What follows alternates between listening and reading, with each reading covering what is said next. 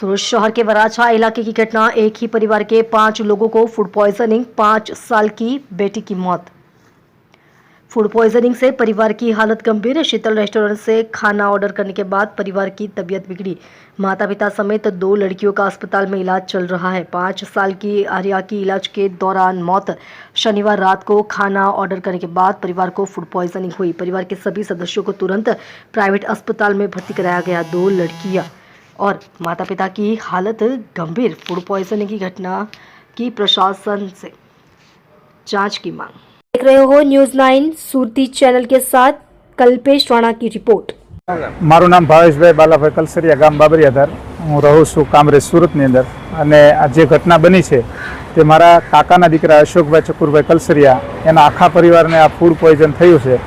शीतल रेस्टोरंटनी अंदर जे ईश्वरकुपामां आवेलुं छे त्यांथी 15 तारीखे सांजे 2 શાક લઈ આવેલા અને ઘરે જમ્યા।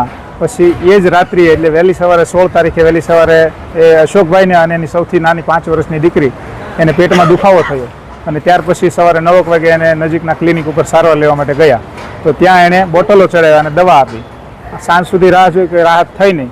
પછી બીજા દિવસે પણ સવારે તકલીફ વધી ને બાકીની 2 દીકરીઓ અને અશોકભાઈના વાઈફ એને પણ આ તકલીફ પેટમાં દુખાવો અને ઝાડા ઉલટીની થઈ એટલે તાત્કાલિક રિપોર્ટ કરાવ્યા। હવે રિપોર્ટ આવે એ પહેલાં જ આ આર્યા નામની જે 5 વર્ષની દીકરી છે એને ખૂબ જ આંચકી જેવું લાગ્યું અને આંખું તરવા લાગી એટલે તાત્કાલિક સદવિચારમાં અમે દાખલ કરી। દાખલ કરતાં જ 15 થી 20 મિનિટની સારવાર દરમિયાન જ અમે હાજર હતા અને એને ફૂડ પોઈઝનના હિસાબે એનું ડેથ થયું। અને પછીના પેશન્ટ જે છે 4 અશોકભાઈની 2 દીકરી અશોકભાઈ અને અશોકભાઈના વાઈફ જ્યોત્સનાબેન એને પણ ત્યાં સદવિચારમાં દાખલ કર્યા અને એને પણ ફૂડ પોઈઝનના રિપોર્ટ આવ્યા છે। હવે જે બનવાકાળ બન્યું છે આ આર્યા નામની 5 વર્ષની દીકરી એના કારણે ડેથ થયું છે તો અમારી આખા પરિવારને અશોકભાઈને ન્યાય મળે, અમારા પરિવારને ન્યાય મળે કે આવું શેના કારણે થયું। અને અશોકભાઈની દીકરી આર્યા 5 વર્ષની જે ઓફ થઈ ગઈ છે એને આ રિપોર્ટ અત્યારે પોસ્ટમોર્ટમ વિભાગમાં આપેલી છે સાંજે અને અત્યારે રિપોર્ટનું કામ ચાલુ છે। એ રિપોર્ટના આધારે અમે તંત્ર પાસે, બધા જ મહાનુભાવો પાસે અને સમાજ પાસે એવી માંગણી કરીએ છીએ કે અમારી અશોકભાઈની દીકરી જે સાથે અન્યાય થયો, અશોકભાઈને પરિવાર સાથે અન્યાય થયો તેને ખૂબ ન્યાય મળવો જોઈએ। જે ઘટતું ઘટતું હોય તંત્રને અપીલ કરીએ છીએ।